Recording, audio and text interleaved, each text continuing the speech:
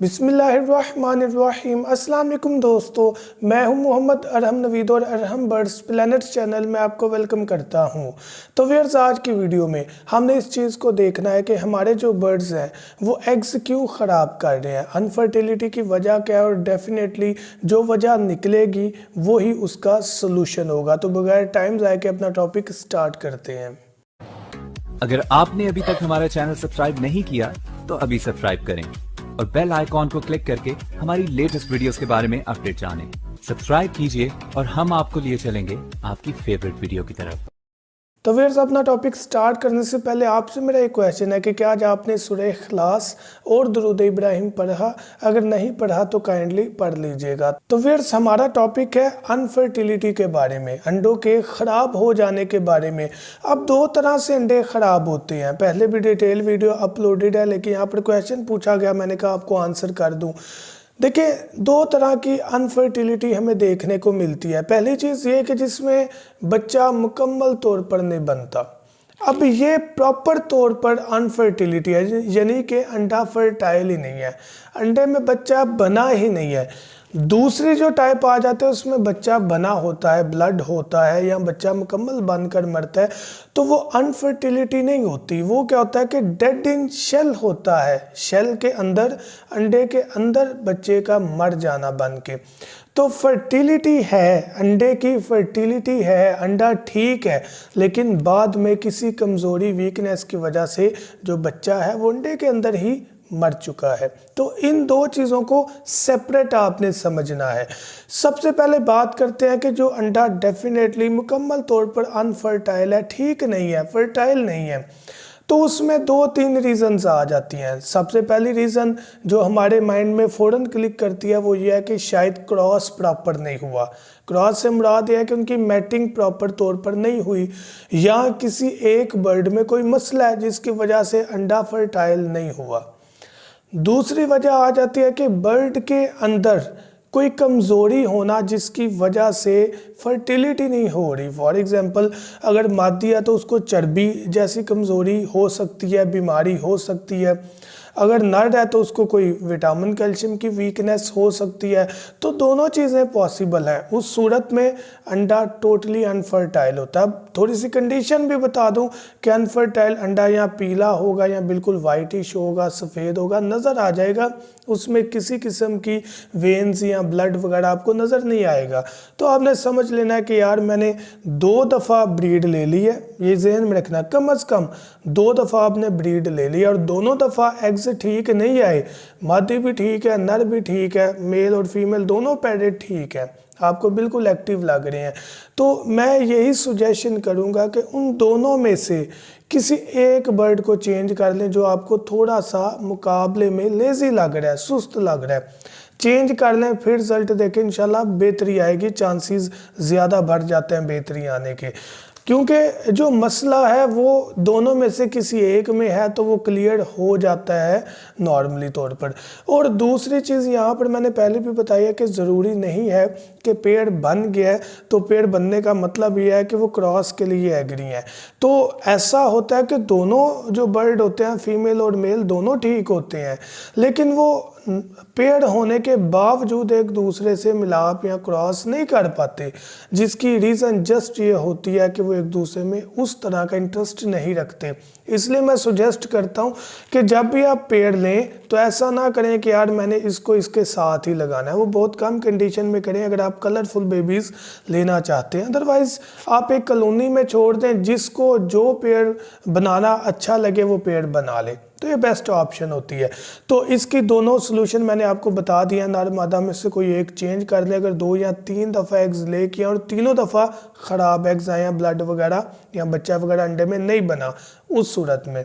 और दूसरी, definitely pair change करना बेहतर रहता है। लेकिन फिर वही चीज़ बता दूं कि 2-3 दफ़ा अंडे उन्होंने ब्रीड की हो, अंडे ख़राब हुए हों, अंडों में बिल्कुल बच्चा ना बना हो, और उसके अलावा आपको कम से कम 3 से 4 माह हो गए हों। अब दूसरे पॉइंट की तरफ आते हैं जो कि इस चीज़ के बारे में है कि अंडे के अंदर बच्चा बना लेकिन वो मर गया। अब चाहे वो ब्लड थोड़ा सा बना हो, चाहे वो पूरा बच्चा बनकर मरा हो, कोई ना कोई तो अंदर वीकनेस, कमज़ोरी हुई है जिसकी वजह से बच्चा मरा है। एक पॉइंट मैं सेपरेट कर देता हूँ यहाँ पर कि मादी प्रॉपर हीट नहीं दे पाई, जिसकी वजह से वो अंडा, जस्ट एक अंडा ख़राब हुआ या 2 अंडे, बाकी उसने 4-5 बच्चे निकाले हैं, वो पॉइंट अलग है। अभी मैं बात कर रहा हूँ कि 5 अंडे थे, 4 अंडे थे, 3 ख़राब हो गए, एक में से बच्चा निकला, या सारे ख़राब हो गए, या 2 ठीक हैं 2 ख़राब हैं, तो मादी 5 अंडे तो कवर ईजीली कर लेती है। तो इस सूरत की मैं बात कर रहा हूँ। अब आपके सामने अंडे के अंदर बच्चे बने हुए थे लेकिन मर गए, कमज़ोरी है। अब वो किस चीज़ की है? नर और मादा, मेल और फीमेल में से या दोनों को है या किसी एक को है, विटामिन और कैल्शियम की। ये चीज़ आपने ज़हन में रखनी है। अब विटामिन कैल्शियम मेडिसिन तो है लेकिन उसके साथ साथ फीड भी है, खुराक बहुत ज़रूरी है। खुराक, विटामिन, कैल्शियम, इन 3 चीज़ों का ख्याल रखेंगे ना तो आपका पेड़ फिट हो जाएगा, क्योंकि वो ब्रीड कर रहा है, क्रॉस हो रही है, बच्चा अंदर बन रहा है लेकिन कमज़ोरी की वजह से मर रहा है। तो आपने अपने परिंदों को विटामिन कैल्शियम के लिए बेस्ट से बेस्ट सोर्स देना। जैसे हमारा मेडिकल बॉक्स है जिसमें विटामिन, कैल्शियम, एंटीबायोटिक, मोशन और जो बुखार वगैरह के ड्रॉप्स हैं, ये सारी चीज़ें मौजूद हैं। अगर आप वो ख़रीदेंगे तो इंशाल्लाह एक बॉक्स में आपको हर चीज़ मिल जाएगी। खुदा नास्ता कभी भी परिंदा बीमार होता है, आप वो बॉक्स ओपन करेंगे, उसमें से वो मेडिसिन निकालेंगे, अपने परिंदे को देंगे, परिंदा इंशाल्लाह अल्लाह पाक के फजलो करम से, अगर अल्लाह पाक ने चाहा तो वो ठीक हो जाएगा।